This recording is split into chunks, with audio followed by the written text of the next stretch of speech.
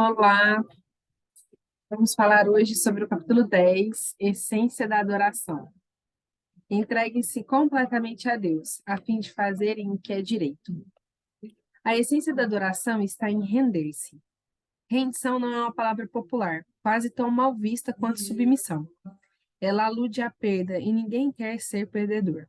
Rendição evoca a desagradável ideia de admitir a derrota numa batalha, perder uma competição ou capitular perante um adversário mais forte. A palavra é quase sempre utilizada em contexto negativo. Criminosos capturados rendem-se às autoridades. Na cultura competitiva, somos ensinados a nunca desistir, a jamais ceder. Logo, não ouvimos falar muito de rendição. Se vencer é tudo, render-se é inconcebível. Preferimos relacionar vitórias, sucessos, triunfos e conquistas a falar de complacência, submissão, obediência e rendição. Mas render-se a Deus é a essência da adoração. É uma resposta natural ao maravilhoso amor e misericórdia de Deus. Entregamo-nos a Ele não por medo ou por obrigação, mas por amor, porque Ele nos amou primeiro. Realmente, né? A gente vive numa cultura onde o que importa é vencer, né? O que importa é ser famoso, o que importa é ter dinheiro, o que importa é ter fama, tudo isso está relacionado ao sucesso. E quando a gente se rende, né? A gente sempre lembra daquela bandeirinha branca assim, tá bom, eu desisto, né? Mas render-se a Deus, eu não vejo isso como uma desistência. Na verdade, é quando você começa a viver, né? Porque enquanto a gente está lutando contra Deus para fazer a nossa vontade, né? Lembra lá do pessoal dos israelenses no deserto, né? Enquanto eles davam com a cerviz, que não, ó, dura cerviz aqui, ó, não se curva, não se rende, não se submete a Deus. Eles penaram e sofreram no deserto. Todas as vezes que os israelenses eles deixavam de seguir as orientações do Senhor, de render-se aos pés de Deus, para que Deus dê a direção, para que Deus dê a vitória, eles sofreram nas mãos e foram escravizados, torturados, né, levados cativos. Mas todas as vezes que eles se renderam a Deus em arrependimento e adoração, o Senhor era por eles, né? E não tem exemplo maior de rendição do que do próprio Jesus, né? Não precisava dele vir, não precisava dele morrer.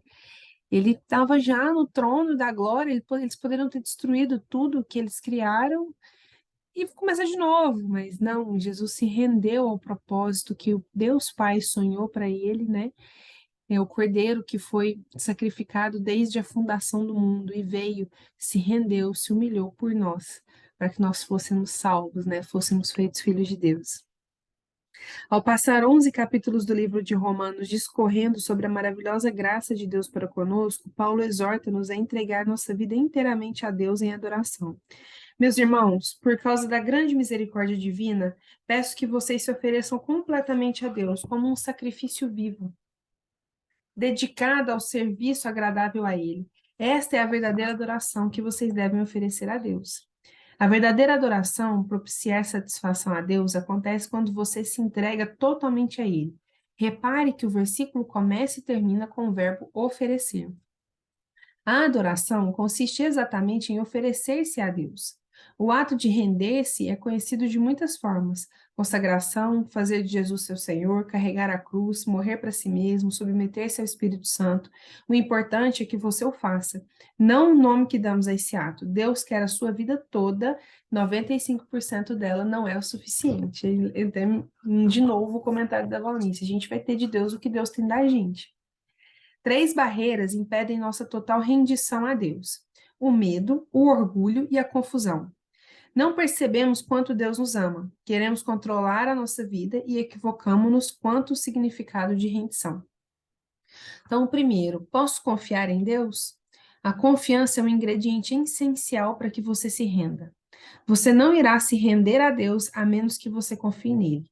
Contudo, não terá como confiar até que o conheça melhor. O medo impede que nos rendamos, mas o amor lança fora todo medo.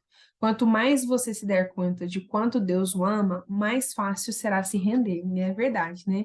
Quando a gente realmente confia em Deus, a gente não se preocupa com o que está acontecendo, a gente não tem medo de fazer aquilo que Deus está mandando, porque a gente sabe que Deus nos ama e que Ele cuida de nós. E me lembra também aqui uma oportunidade de trabalhar com jovens sobre esse tema. A gente consegue até trabalhar com crianças menores, ali por volta, acho que de uns 6, 7 anos já dá para trabalhar. É aquela dinâmica de você confiar na pessoa que está atrás de você. Então, eles ficam em fila, né? E aí a pessoa cai para trás confiando que o coleguinha ali que está atrás dele vai segurar ele, né? E aí uns ficam com medo, outros não têm coragem de cair para trás, outros já se entrega, né? Já se rende ali, já. Eu acho que é uma boa dinâmica para a gente quebrar o gelo antes de começar a falar sobre o assunto, né? De confiar em Deus, de se render a Deus, né? Então, eu acho que é uma dinâmica aí legal para executar. Como você sabe que Deus o ama? Há vários indícios. Ele diz que é bom para você, que está sempre olhando para você, que se preocupa com cada detalhe da sua vida, que lhe deu a capacidade de desfrutar todos os tipos de prazeres, que tem bons planos para a sua vida, que perdoa você, que é carinhoso e é paciente com você. Deus o ama infinitamente, mais do que você pode imaginar. A maior expressão desse amor é o sacrifício do Filho de Deus por você.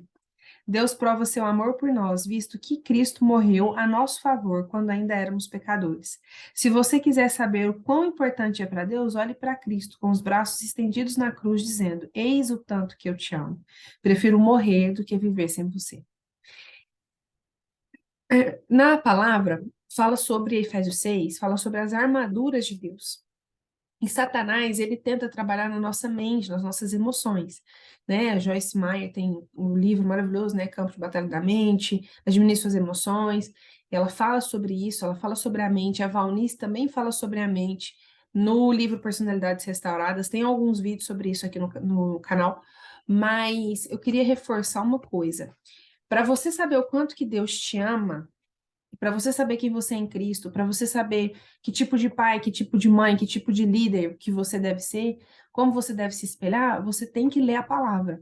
Você tem que saber a palavra. O que que fala, né, em Efésios 6? Quando você se veste com a armadura, que você tem a palavra de Deus, ela é a espada de Deus, né? E o escudo da fé para apagar os dardos inflamados do inimigo. E a fé, falando a palavra, que a fé vem pelo ouvir o ouvir da palavra de Deus. Então, eu vou dar uma situação para você de um contexto de adolescente que acontece muito hoje em dia que a gente tem visto. Então, num cenário onde pais são separados, são divorciados, e não tem o filho não tem um bom relacionamento com um dos pais, e Satanás vem e começa a colocar na cabeça dele de que ele não tem um bom relacionamento com o pai ou com a mãe por causa dele, porque a culpa é dele.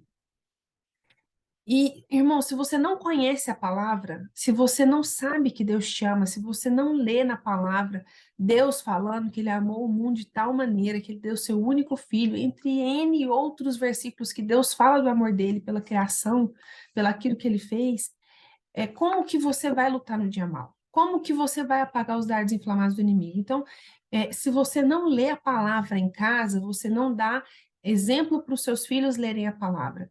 E se eles não conhecem o amor de Deus por eles, se eles não conhecem as promessas de Deus, se eles não conhecem que eles são filhos de Deus, feitos nova criatura, tudo que é velho se passou, como que eles vão lutar contra os dardos inflamados do inimigo? Então, para você saber que Deus tem prazer na sua vida, que Ele tem bons planos para você, que Ele te perdoa, que Ele é carinhoso, que Ele é paciente, que Ele te ama infinitamente, você tem que ler a Bíblia. Então, leia a Bíblia e dê exemplo para os seus filhos, lê junto. Faça um momento na sua casa. Cada um, ó, hoje você vai trazer, por exemplo, o versículo que você mais gostou. Cada um traz um dia da semana, por exemplo.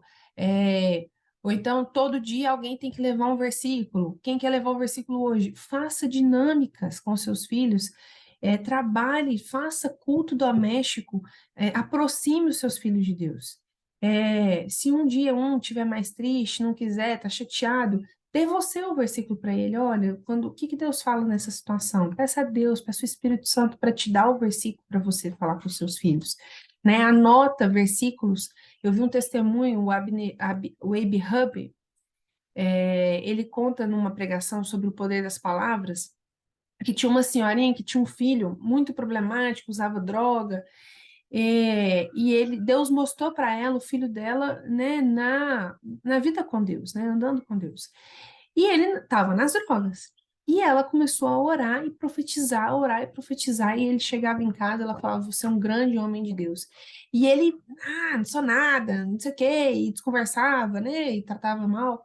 Mas ela continuou, perseverou, profetizando, gerando ele, né, e ela colocava versículos dentro da carteira, dentro da mochila, dentro das gavetas.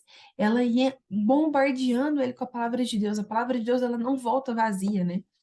E aí ela, até que um momento, né, ele conta lá no testemunho de que ele liga para a mãe, falando que ele tinha sido jurado de morte, e ela fala com ele assim, não, tá tudo bem, você não vai morrer não, Deus te guarda, né? E ele fala assim, mãe, mas o que eu faço? O que eu faço? Você quer aceitar Jesus? Quero. Ele aceita Jesus, e aí ele fala assim, e agora o que eu faço, mãe? Agora você volta para casa. Mas eles vão me matar. Não, não vão te matar, você pode voltar para casa, né? O Senhor vai te guardar, e, né? Ele conta que ele converteu, né? E começou a andar com Deus. Então, assim, né, dê para os seus filhos a espada, né? Ensine eles a usar a espada, ensine e use você também. O diabo ele vem com dardo inflamado na sua cabeça, você tem fé na palavra de Deus. A palavra de Deus disse que você é amado, que você foi criado por Deus, que ele sonhou com você desde o ventre, que você é único, que ele te escolheu, que ele te deu um propósito, que ele tem pensamentos de paz, que ele tem pensamentos de bênção sobre você. Então, leia a palavra. Se você não lê a palavra, você não tem como confiar em Deus, porque da onde que vai vir a sua fé? A fé vem pelo ouvir da palavra de Deus. Deus não é um feitor cruel, nem alguém que usa força bruta para obrigá-lo a se submeter. Ele não tenta violar nossa vontade. Prefere nos atrair com delicadeza para si, de modo que nos ofereçamos a ele voluntariamente. Deus é amigo e libertador, e render-se a ele traz liberdade, não servidão. Quando nos rendemos completamente a Jesus, descobrimos que ele não é um tirano, mas um salvador, não um chefe, mas um irmão, não um ditador, mas o nosso amigo. Admitindo nossas limitações. A segunda barreira para a total rendição é o orgulho. Não queremos admitir que somos apenas criaturas e que não estamos nos controles de todas as coisas. Gente, isso aqui pode ser difícil para todo mundo, mas para o colérico, isso aqui é extremamente difícil, porque o colérico, ele quer estar no controle de todas as coisas, é ele que vai na frente, é ele que pega para resolver, e é cheio de energia, e faz e acontece, né? Às vezes começa e não termina, mas o colérico, ele quer sempre estar no controle. Eu falo com propriedade porque eu sou colérica. Então, assim, a gente quer sempre mandar, é do nosso jeito, é da nossa forma, é na hora que eu quero, é muito impulsivo, eu resolvo tudo, eu pego para acontecer e de repente a gente tem que parar e falar assim: tá bom, Deus, o que o Senhor quer que eu faça? E às vezes Deus nos deixa em silêncio, né? Às vezes Deus nos dá um chá de cadeira para nos ensinar. Nossa, para o colérico isso é muito difícil. Eu acho que o deserto, né, quando Deus coloca a gente para aprender a esperar, para ter paciência, quando Deus nos deixa em silêncio por um tempo, é difícil para todo mundo, mas para o colérico, ele falou assim, meu Deus, eu tô com vontade de sair correndo, pegar isso aqui e resolver do meu jeito, né? Só que geralmente quando a gente faz isso, a gente piora a situação, né? Fazer do jeito de Deus é o melhor jeito para se fazer, né? Aí quando a gente aprende isso, as coisas ficam mais fáceis. Essa é a mais antiga das tentações. Vocês serão como Deus. O desejo de ter o controle total é a causa de tanto estresse em nossa vida. A vida é uma luta, mas o que a maioria das pessoas não percebe é que, como Jacó, nossa verdadeira luta é com Deus. Queremos ser Deus e não há nenhuma chance de ganharmos essa luta. Assim declara A.W. Tozer. O motivo pelo qual muitos ainda estão angustiados, buscando e progredindo lentamente, é que ainda não chegaram ao fim de si mesmos. Ainda tentamos mandar e meter o bedelho no trabalho que Deus realiza dentro de nós. E aqui é interessante que no livro Personalidades Restauradas, a Valnice, ela vai explicando como que Deus tinha criado a nossa personalidade e com a queda, né, a gente vem com essas falhas e a gente precisa restaurar. E ela sempre fala que quem faz o trabalho é o Espírito Santo. A Joyce também fala isso. Deus vai trabalhar em cada um de nós de uma forma. Deus sabe como trabalhar com você. E às vezes a gente fica assim, né? Nossa, mas meu filho, ele é muito desobediente, ele é muito desorganizado. E a gente fica lá, ah, você tem que ser assim, você tem que ser assim, você tem que ser assim. Mas Deus sabe como trabalhar. Deus sabe como mudar, Deus sabe como moldar. De novo, não estou falando sobre não chamar a atenção do seu filho, né? Você tem que chamar a atenção do seu filho, né? A Bíblia diz sobre isso claramente. Ensine o seu filho no caminho que ele deve andar. Mas o que eu estou falando é que às vezes a gente pega no defeito de uma pessoa, seja filho, seja cônjuge, seja parente, um pastor, a gente pega aquele defeito daquela pessoa e fala, mas essa pessoa tem que mudar, né? Olha a trave no seu olho e o cisco no do outro. Mas o Espírito Santo trabalha com cada um de uma forma. Então, às vezes, a gente acha assim, Deus, mas essa pessoa, ela é muito impulsiva, o Senhor tem que mudar, ela tem que mudar, ela não pode ser impulsiva, mas Deus quer trabalhar com ela agora outra coisa. E em você, ele quer trabalhar também outra coisa. Deus trabalha em cada um de nós. Ele começou a boa obra em nossa vida. O Espírito Santo é que faz. Não é por força, não é por violência, é pelo Espírito Santo de Deus. O Espírito Santo de Deus conduz a renovação da nossa vida. Ele nos faz nova criatura. É por causa dele, é por ele, é para ele. Não é da forma como a gente acha, da forma como a gente quer, nem no nosso tempo. A gente tem que render a Deus para que Ele nos transforme. Não somos Deus, nem jamais seremos. Somos humanos. E quando tentamos ser Deus, que acabamos mais parecidos com Satanás, que desejou a mesma coisa. Deus me livre, né, irmãos? Ai de ré. Aceitamos nossa humanidade intelectualmente, mas não emocionalmente. Quando nos confrontamos com as nossas limitações, reagimos com irritação, raiva e ressentimento. Desejamos ser mais altos ou mais baixos, mais inteligentes, mais fortes, mais talentosos, mais bonitos, mais ricos. Queremos ter tudo e fazer tudo e ficamos deprimidos quando isso não acontece. Então, quando percebemos que Deus concedeu a outros características que não possuímos, reagimos com inveja, ciúme e autopiedade. E até mesmo ministério, né? Às vezes a gente acaba olhando para uma pessoa e fala assim, nossa, né, aquela pessoa cheia da unção de Deus. E às vezes a gente acaba ficando com inveja, né? Nossa, por que que Deus não me deu essa mesma medida, essa mesma porção, né? Mas Deus nos fez cada um de uma forma especial. Cada um tem um propósito. Para uns, Deus deu 5 talentos, para outros 10, para outros um, mas isso não significa que Deus te ama mais ou menos. Deus nos fez únicos e cada um com propósito. Isso me lembra a história de uma senhora que limpava a igreja. O Reinhard Bonk conta isso no livro dele, Evangelismo pelo Fogo. E essa senhorinha, ela limpava a igreja, né? Deus deu para ela um talento. E, né, o Reinhard Bonk lá com 10 talentos, né? Correndo ali a África com cruzada cheia do Espírito Santo, com pessoas, 1.206.000 pessoas aceitando Jesus num único culto, tremendo. Pessoas sendo curadas, muletas sendo jogadas para o alto, cadeira de roda voando, maravilhoso. E ela tinha o dom de limpar a igreja, ela limpava a igreja. E ela sonhou que ela estava numa fila no céu, para entrar no céu, e as pessoas na frente dela tinham muitos feixes de trigo, muitos feixes na mão. E ela tinha um único trigo, um único trigo. Ela não tinha um feixe, ela tinha um único trigo. E aí as portas se abriram, e ela viu aquelas pessoas todas, né? Com aquela quantidade de feixes, e ela se sentiu diminuída, se sentiu menor, né? E aí, quando as portas se abriram, Jesus chamou o nome dela. E ela foi ao encontro do mestre, né? E ele a recebeu. E ela conta essa história para o pastor, né? E uma semana depois Deus a recolheu. Então, irmão, se você vive o seu propósito, se Deus te deu um único talento, mas você não escondeu ele na terra, mas você usou esse talento, você fez com amor, você fez com louvor, você fez para adorar a Deus, não importa se você, né, através de você foi convertido 1.206.000 pessoas ou se você deixou a igreja limpa. Importa que você fez para Deus em redição ao seu talento, aquilo que Deus te deu. E o que significa rendição? Render-se a Deus não é resignação passiva, fatalismo ou desculpa para ociosidade. Não é resignar-se com a situação. Significa exatamente o oposto. Sacrificar a vida ou sofrer a fim de mudar o que precisa ser mudado. Deus frequentemente chama as pessoas que se entregaram a Ele para batalhar em seu nome. Render-se não é para covardes nem para subservientes. De igual modo, não significa desistir do raciocínio lógico. Deus não desperdiçaria a mente que lhe concedeu. Deus não quer ser servido por robôs. Render-se não é suprimir a própria personalidade. Deus quer utilizar suas características singulares. Em vez de diminuí-la, a rendição aprimora, como observa C.S. Lewis. Quanto mais deixamos que Deus assuma o controle sobre nós, mais autêntico nos tornamos, pois foi Ele quem nos fez. Ele inventou todas as diferentes pessoas que eu e você tensionávamos ser. E quando me volto para Cristo, quando me entrego à personalidade dele, que pela primeira vez começa a ter a minha própria e real personalidade.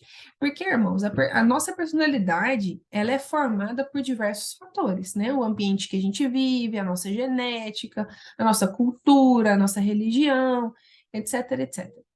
E no livro, né, Valnice também fala na Personalidades Restauradas que quando a gente tem a nossa personalidade restaurada, é aí que a gente começa a ser mais indivíduo, né? Deus não te chamou para ser igual a todo mundo, Deus te chamou para ser único. E quanto mais parecido com Cristo, mais único, mais original você se transforma. O ato de rendição manifesta-se mais claramente na obediência e na confiança. A tudo o que lhe pede, você diz sim, Senhor. Seria uma contradição dizer não, Senhor. Você pode chamar Jesus de Senhor quando se recusa a obedecer-lhe? Após uma noite improdutiva na pescaria, Pedro lhe deu um exemplo de rendição, quando Jesus lhe ordenou que tentasse novamente. Mestre, esforçamo-nos a noite inteira e não pegamos nada, mas porque és tu quem está dizendo isso, vou lançar as redes. Quem se entrega a Cristo obedece à ordem de Deus, mesmo que ela pareça não fazer sentido.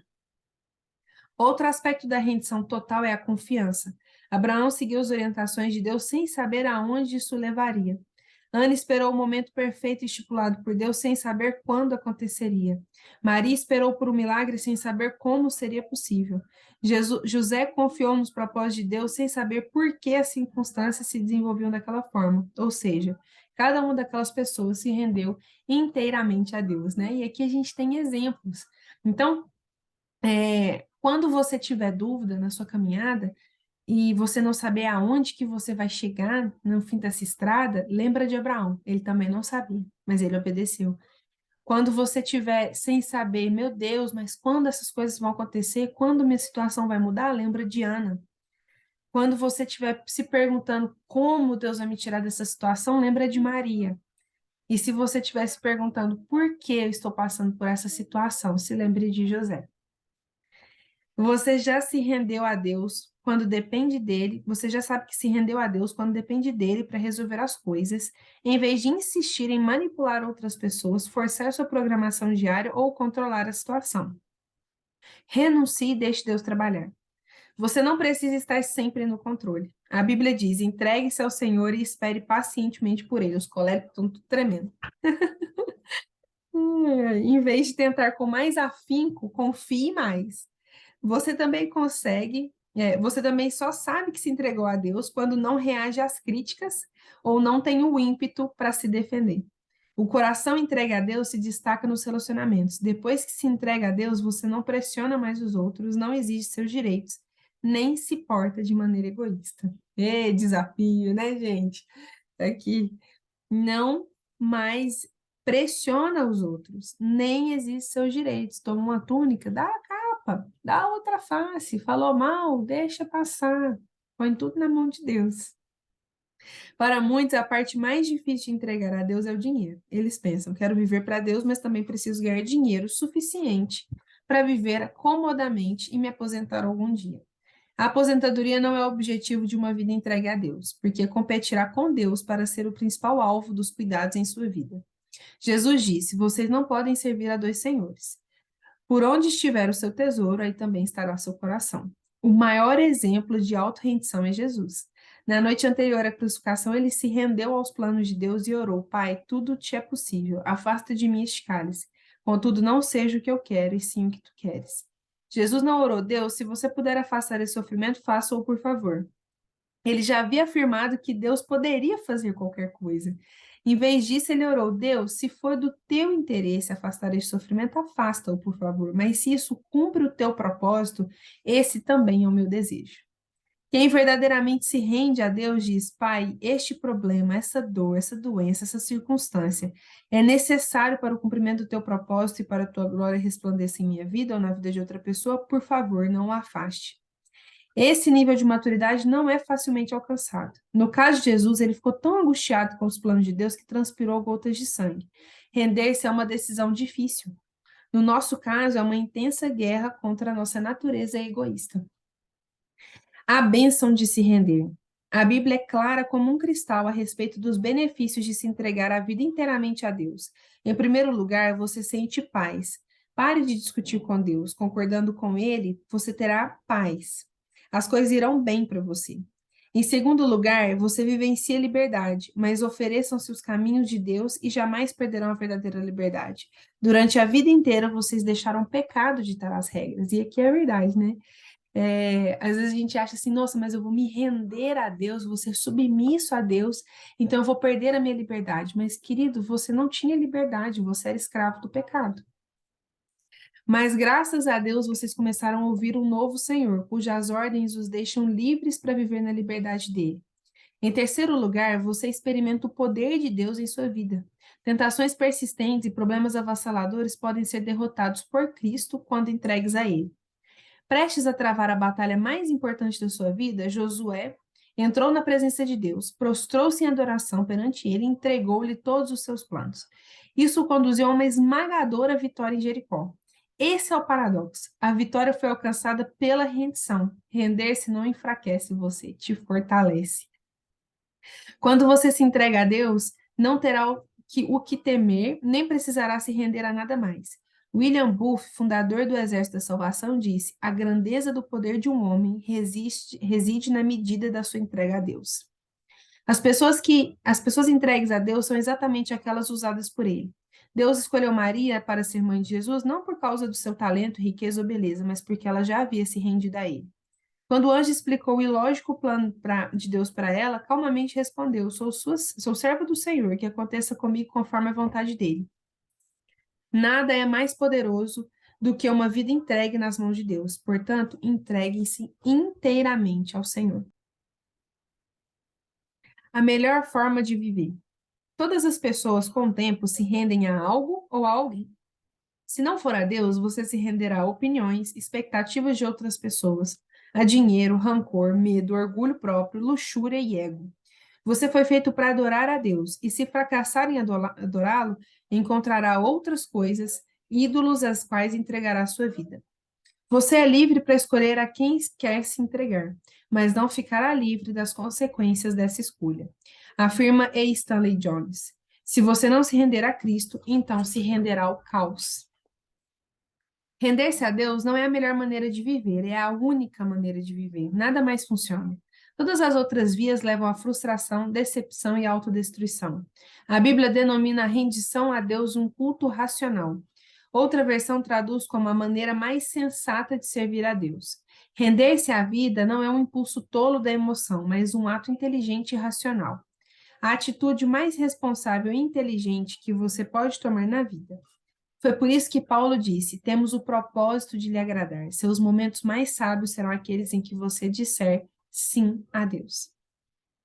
Pode levar anos, mas você acabará descobrindo que o maior obstáculo às bênçãos de Deus não são os outros, mas você mesmo. Sua teimosia, seu orgulho obstinado e a sua ambição. Nossa, quantas vezes a gente culpa as outras pessoas, né? A gente culpa o diabo, a gente culpa a circunstância, mas a gente dificilmente olha para dentro e fala: meu Deus, por que eu não obedeci? Por que eu não perguntei primeiro? Por que eu não pedi orientação? Você não pode cumprir os propósitos de Deus enquanto estiver concentrado em seus planos pessoais. Buscai primeiro o reino de Deus e a sua justiça, e todas as coisas serão acrescentadas. Se Deus for realizar uma obra profunda em sua vida, ela começará por aí. Então entregue tudo a Deus: arrependimentos do passado, problemas do presente, ambições do futuro, medos, sonhos, fraqueza, rotina, mágoa, trauma. Ponha Cristo no banco de motorista e entregue-lhe o volante. Não tenha medo. Nada sobre o controle dele poderá ficar descontrolado. Orientado por Cristo, você pode enfrentar qualquer situação. Você será como Paulo: eu estou pronto para tudo e à altura de qualquer desafio por meio dele, que inspira uma força interior em mim, ou seja, sou independente na dependência de Cristo. O momento de rendição de Paulo ocorreu na estrada rumo a Damasco, depois de ter sido derrubado por uma luz ofuscante. Outros tiveram sua atenção atraída por métodos menos dramáticos. Deus sabe a forma de trabalhar com cada um. Mesmo assim, o ato de render-se nunca é um acontecimento isolado. Paulo disse: todos os dias enfrenta a morte. Há um momento da rendição e também a prática da rendição, que ocorre a todo momento e por toda a vida. O problema do sacrifício vivo é que ele pode escapulir do altar. Então, você provavelmente precisará renovar a sua rendição de vida umas 50 vezes por dia. Eu achei essa frase sensacional, né? Porque nós somos um sacrifício vivo, né? Uma oferta santa ao Senhor. Mas como a gente está vivo, a gente está passível a errar, a gente está passível a acabar não querendo assumir o controle das coisas, né? Mas lembra que isso é um acidente na vida do cristão, não uma rotina. Então, toda vez que você vê que você tem tentado tomar o controle e resolver as coisas com as suas próprias mãos, se renda novamente, pratique a rendição e rende-se ao Senhor como um momento de decisão. Você deve fazer disso um hábito diário. Jesus disse: se as pessoas querem me seguir, precisam abrir mão das suas vontades, precisam estar dispostas a negar a sua vida diariamente para me seguir. Deixe-me adverti-lo. Quando você decidir viver uma vida inteiramente entregue a Deus, essa decisão será testada. Isso significa que algumas vezes você realizará tarefas inconvenientes, impopulares, custosas ou aparentemente impossíveis. Significa que, em geral, fará o oposto do que deseja. Um dos grandes líderes cristãos do século XX foi Bill Bright, fundador da Cruzada Estudantil Profissional para Cristo. Por meio do trabalho dessa organização ao redor do mundo, do panfleto As Quatro Leis Espirituais e do filme Jesus, visto por bilhões de pessoas, mais de 200 milhões de indivíduos vieram a Cristo e passaram a eternidade no céu. Certa vez perguntei a Bill, por que Deus usa e abençoa tanto a sua vida? E ele respondeu, quando era jovem, firmei um contrato com Deus. Eu redigi de fato e assinei meu nome embaixo. O contrato dizia, deste dia em diante, sou seu escravo, Jesus Cristo. Você já firmou um contrato com Deus? Ou ainda está se debatendo e lutando com ele a respeito do direito que ele tem de fazer com a sua vida o que quiser? Este é o momento de você se render à graça, ao amor e à sabedoria de Deus. Momento tema para reflexão. A essência da adoração é a rendição. Versículo para memorizar. Entreguem-se completamente a Deus, para que Ele use vocês, a fim de fazerem o que é direito. Pergunta para meditar. Qual área da minha vida estou evitando entregar nas mãos de Deus? Incrível, né? Realmente. Quem diria que se render é um ato de adoração? Adorar não é só cantar músicas, adorar não é só ir na igreja. Adorar é uma prática diária, é viver em santidade, é viver em adoração, é se render, é se entregar a Deus, é viver o seu propósito, é ser obediente. Vamos adorar o Senhor e vamos ensinar os nossos jovens e os nossos filhos a adorar a Deus. Amém?